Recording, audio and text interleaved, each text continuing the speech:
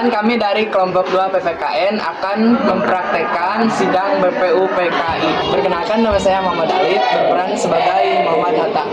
Perkenalkan, nama saya Muhammad Pandu Nugdaha. Saya berperan sebagai Insinyur Soekarno. Perkenalkan, nama saya Minta, berperan sebagai Muhammad Yamin. Perkenalkan, nama saya Melani Putiana sebagai kameramen. Perkenalkan, nama saya Muhammad Agit Priyadi, berperan sebagai Dr. Rajuman. Saya Indriani Supriyatna berperan sebagai Maria Ulfa Santoso. Saya Anissa Putri berperan sebagai Ahmad Suparno. Saya Marisa Anidia sebagai Ki Bagong Hadikusumo. Saya Nisrika Putri Nasa sebagai editor. Saya Nailul Indah sebagai Kiai Haji Wahid Hasim. Saya Kamila Rahmawati berperan sebagai Agus Salim. Saya Nadila berperan sebagai sekretaris sidang. Saya Keila berperan sebagai Almaramis dan editor. Saya Nabila berperan sebagai Raden Panji Sayaroso. Saya Putri Salma sebagai Soekobok.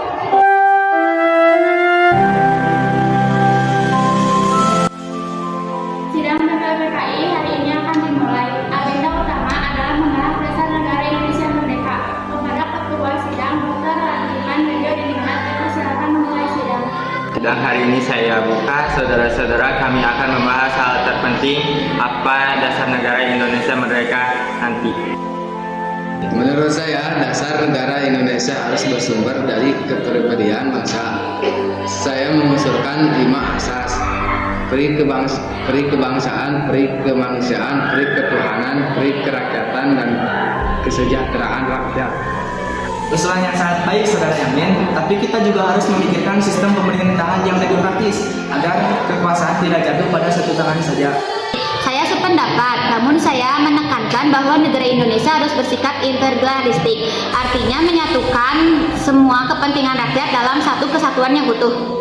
Benar, tetapi kita juga harus menjamin kebebasan beragama dan menghormati hak asasi manusia agar semua warga merasa dilindungi. Negara harus meletakkan ketuhanan yang Maha Esa di tempat tertinggi, karena bangsa Indonesia adalah bangsa yang beriman.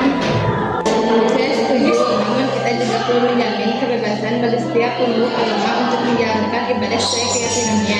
Sebagai wakil perempuan, saya berharap dasar negara menekankan keadilan sosial dan kesetaraan agar semua warga dapat berperan membangun bangsa. Kita juga perlu menegaskan bahwa Indonesia merdeka harus berjiwa persatuan, tidak terpecah oleh suku, agama, atau golongan.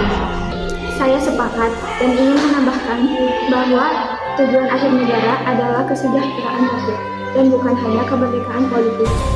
Baik, semua gagasan telah disampaikan. Sekarang mari kita dengarkan pidato dari Saudara Insinyur Soekarno.